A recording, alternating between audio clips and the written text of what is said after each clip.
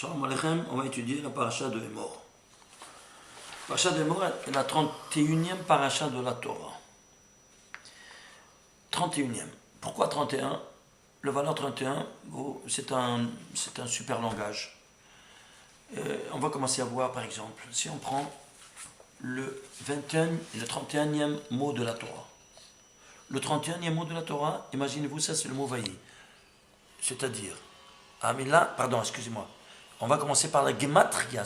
La gematria, le premier mot qui a gematria 31 dans la Torah, c'est vaï. Et vaï, quel mot c'est? C'est le 26e mot de la Torah. Autrement dit, 26 et 31 deviennent synonymes. Ça c'est la première leçon. 26, c'est-à-dire, Dieu a mis au 26e mot de la Torah, qui ça veut dire son nom, le mot vaï, pour te dire quoi? Que le 31 est synonyme de vaï. Traduit 31 en lettres. Comment ça se fait? Aleph Lamed, c'est quoi? L. Dieu. Et c'est quoi? Un des 13 attributs de miséricorde divine. Lequel? Le premier, celui qui est en tête des 13 attributs. Kel, Rahoum, Vechanoun, El Chamem, Emed, Roulé. Donc, voyons, on le voit maintenant comment il est synonyme de la miséricorde divine. On voit maintenant Hamila à la 31e parole maintenant de la Torah. C'est quoi? Haor. C'est quoi Haor? Il y a 5 mots, chaque fois, le mot or dans le premier jour. Celui-ci, c'est le 3e. Ici, on va le voir mieux avec quoi? Voilà. Regardez ici. Ici, on a Haor, Laor. Le 3e, celui central des 5, c'est quoi? C'est le 31e mot de la Torah. Pourquoi il est le 30e mot avec le Haor, avec le Hei? Il y a des significations spectaculaires de tous côtés, des ramifications, comme par exemple, je vous apporte une ramification. La Gematria, c'est 212. 212, c'est quoi? Ça se refait à le nom de Yaakov. Tout comme Yaakov, c'est le 3e patriarche, ça c'est le 3e mot. Il y a eu 3 lumières, et bien ce 3e patriarche. Et le 3e mot, et quel rapport avec ce 212? Le mot Yaakov sera cité dans toute la Torah 212 fois. Tu vois le rapport? Alors ceci étant dit, c'est 212, et quoi donc? Il est en rapport avec cette 3e dimension, avec 31. Et Yaakov, lui, il est synonyme de la Torah. Titen emet le Yaakov. Emet, c'est la Torah et qu'elle est toute emet. Alors, quand il va se marier à 84 ans. Pourquoi 84 ans? On n'a pas encore vu ça. On va voir ici. Le 31e paracha de la Torah. Elle est articulée en 124 versets. Pourquoi 124 versets? Parce que c'est 4 fois 31. De nouveau, c'est 31 qui retourne en leitmotiv. Regardez. Voilà. Ici, vous voyez, il y a la paracha Emor et l'unique paracha de la Torah qui est articulé en 124 versets. Pourquoi 124? Parce que c'est 4 fois 31 pour les 4 mondes qu'on étudie qui sont à notre portée. Atzilut, 31 versets. Beria, 31. Yetzira, verset 31. Et le 5e monde, il sera occupé par le 31e, toute la paracha, 31e paracha de la Torah qui est Emor. C'est-à-dire quoi? Une fois dans c'est toute la paracha, c'est le max, le giga, toute la paracha. Et ici, c'est 31 versets, 31 versets qui sont petits à notre portée. Le total, ça devait combien? 124 versets de ces 4 fois 31. Alors maintenant, ceci étant dit avec la paracha. Retournons ici. Prenons le 31e verset de la Torah. Qu'est-ce que c'est le 31e verset de Torah? Le dernier des 6 jours, le dernier verset du récit de la Genèse. Jusqu'à Ve'erev Vayibok Yom HaShishi. Il y a 2 fois le mot Vayihi, 2 fois le mot 26. Alors, toute la création a été réalisée en 31 versets. Tu vois? Alors, si c'est 31 versets, prenons la gematria de ce 31e verset, ça fait 3065. Tu sais c'est quoi 3065? Ce n'est autre que 1, 2, 3, 4, 4 fois 613. C'est de la folie ou pas? C'est-à-dire, le 6e jour, fin de la création universelle, on te dit, halte là, écoute-moi bien, toute cette création, elle sera basée sur quoi? Sur les 613 mitzvot de la Torah. Sinon, vous retournerez en touille-bouille. Pourquoi 4 fois?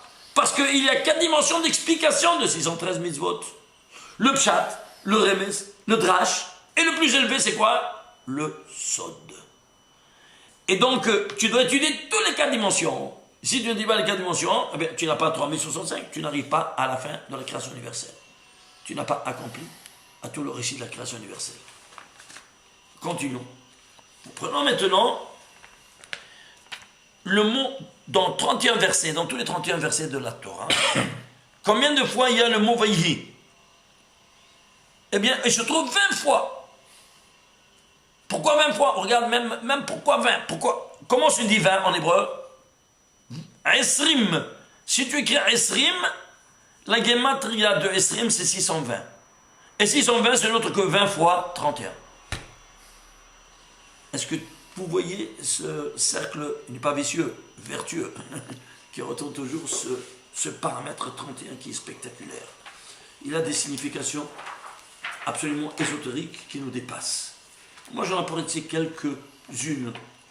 Par exemple, le premier patriarche qui a dévoilé le monothéisme et qui a transplanté le monothéisme à la place du polythéisme de son père, c'était Abraham, comme vous savez. Pourquoi? C'était le 20e Adam. Arishon, il est dans le 26e verset de la Torah. Et Abraham Avinu, ce sera le 20e génération. Vous voyez, 20e génération, 20 fois 31. Vous voyez? 20 fois 31. Alors, dans ces conditions-là, 20 fois 31, hein? Alors, combien ça vaut Abraham? Abraham, ça vaut 248. C'est combien 248? C'est 8 fois 31. C'est quoi 8 31? Parce que Abraham, c'est le premier être qui va instituer le Brit Mila au 8e jour. Autrement dit, tous les 31 versets de la création universelle sont conditionnés à quoi? À l'observance du 8e jour. De faire le pacte avec le Créateur. C'est un pacte éternel. Est-ce que vous comprenez pourquoi, comme on a dit la semaine passée, la Kidusha du Brit et tout ça avec Kidushim Tuyuki Kidushani? Maintenant, on le voit ici maintenant de l'horaire qui éclate de plus en plus. Alors, Abraham, c'est 8 fois 31, oui. Et Esrim, qui est la 20e génération, Esrim, en toutes lettres, c'est 620. Qu'est-ce qu'il vient te dire? Tout le système juridique divin et rabbinique, qui sera composé de 613 mitzvot de Horaïta, d'origine divine, et 7 d'origine rabbinique, qui seront comme Purim, Hanouka, et ainsi de suite. Qu'est-ce que tu as? Tu as 613 plus 5, 620, c'est lié avec la valeur 20. Et pourquoi avec la valeur 20? Parce que Abraham, on a dit, c'est la 20e génération, et c'est lui qui a dévoilé toutes ces 620 mitzvot de la Torah.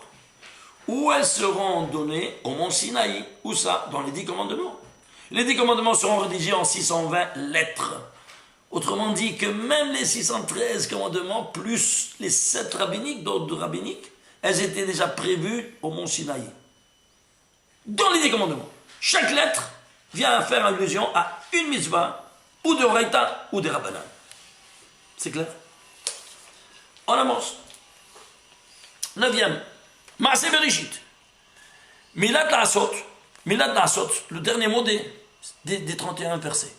C'est La'asot. C'est combien La'asot? C'est 806. C'est quoi 806? C'est 26 fois 31. Je t'en barre chez moi.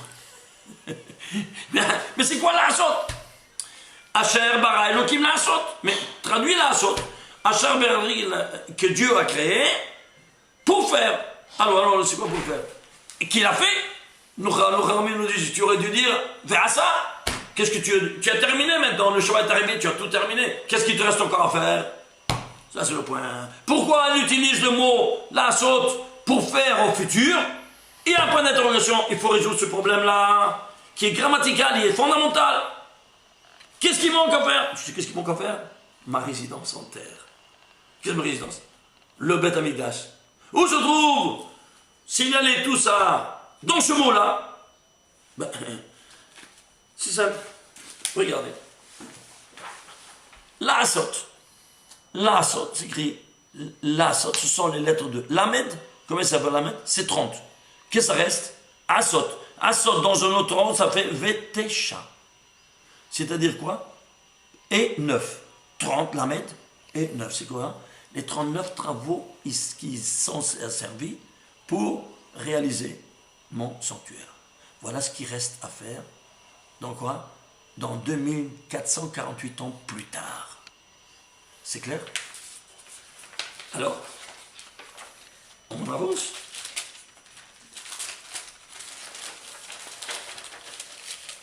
Quand la Torah, que tu vois, alors, toute la Torah, elle est inscrite, que tu vois, sur combien? Sur 62 parchemins. Pourquoi 62 parchemins? Qui sont cousus? Parce que c'est 31 plus 31. Et pourquoi 31 plus 31? Parce que Dieu a créé ces 31 versets, double version. Une masculine et l'autre féminine. Zacharou, Keva, Bara, Otam. Alors s'il y a masculin et féminin, ben tu auras 31 par 31. Alors c'est pour ça qu'ils sont cousus. Alors un masculin, un féminin, ainsi de suite. Tu as 31, 62. Toute la Torah, donc il y a ces deux dimensions. Et alors, si ils vont se, comment ça s'appelle? Ils vont se multiplier, parce que Zacham, Keva, Bara, Otam, homme et femelle, et puis il leur a dit, pero vous, multipliez-vous. Alors qu'est-ce qui est sorti? Eh bien, si l'homme, il est la représentation de ces 31 versets en chair et d'os, il va se multiplier avec 31 versets, qui est la synthèse au niveau féminin. Alors qu'ils sont dans la première famille. Quelle est la première famille au monde? Adam, Verapa. Et il a reçu combien? Avec la multiplication, 3 enfants, qui s'appellent Caïn, Hevel et Shet. Si on fait la gematria 2, Adam, 45, Rava, 19, Caïn, 160, Hevel, 37, et Shet, 700, ça te fait total. 901, c'est quoi? 31 par 31. Ah, mais c'est 31 valeurs, on fait faillite, c'est 961 valeurs, 31 au carré. On fait faillite, pourquoi? Celui-là a tué celui-là. Alors, qui devra réévaluer ces valeurs? Eh bien, la première famille juive au monde, qui est Abraham. Alors, qu'elle est composée de quoi? Papa, maman et enfant. Allons vérifier. Abraham, 248. Sarah, sa femme, 505. Israël, 208. Combien c'est le total? 961. Voilà comment eux reviennent à reconstituer ces 961 valeurs qui ont fait faillite à cause de la mort que un a tué son frère. Ceci étant dit, nous voyons toutes ces 31 valeurs qu'elles ne laissent pas de nous épater. Alors si toi tu es la cristallisation de 31 valeurs, tu seras couronné de quoi? Une couronne de toute la création. Quelle est la couronne de l'homme? La téphilim. Ah, mais aussi la couronne de la femme. Puisque l'homme, c'est le synonyme de l'éternel, Kouchabé le volontaire, et la femme de la chérina. Il y a deux dimensions, je vous rappelle, deux dimensions qui ont créé le monde. La miséricorde et la rigueur. La miséricorde s'appelle le papa Aao. Et la rigueur, c'est la maman. Alors s'ils sont ensemble, voilà, donc en bas aussi, ils doivent être ensemble. Et chacun a une couronne? Oui, toi aussi tu dois avoir deux couronnes. Quoi donc? La couronne, c'est Téphiline. Rachid, c'est la couronne de maman. Et Rabbeinu-Tam, c'est à toi. Alors c'est pour cela que, qu'est-ce que tu as? Tu devras avoir ici 31 versets de quoi? Bien, voilà, j'ai ouvert les 4 parachutes, je les ai photographiés pour vous. 1, 2, 3, 4. Il y a 31 versets. C'est-à-dire, toi, tu es la cristallisation 31 versets, n'est-ce pas, en chair et d'os. Tu seras couronné par 31 autres versets de la Torah, qui sont les téphilines. Et puisqu'ils sont ensemble, c'est pour ça que nos pères de la Kabbale, Rabbi Shimon Bar Yochai, le Harizal, et ainsi de suite, eh bien, ils nous ont dit, tu dois mettre les téphilines ensemble, Rashi Rabbeinu-Tam. C'est pour ça qu'il faut les faire petits, deux par deux, afin qu'ils soient ensemble, l'un face à l'autre. Et jamais les séparer. Si tu les sépares, c'est comme si tu veux causer un guette au ciel. Et si tu sépares le papa et la maman, est-ce qu'il y a les enfants, est-ce qu'il y a la bénédiction? Il n'y a plus rien. C'est pour ça qu'il faut les mettre ensemble, ainsi que nous l'enseigne le Rabbi Shimon Bar Yochai, ainsi que le Harizal. Et tous notre commentateurs les élèves qui suivent.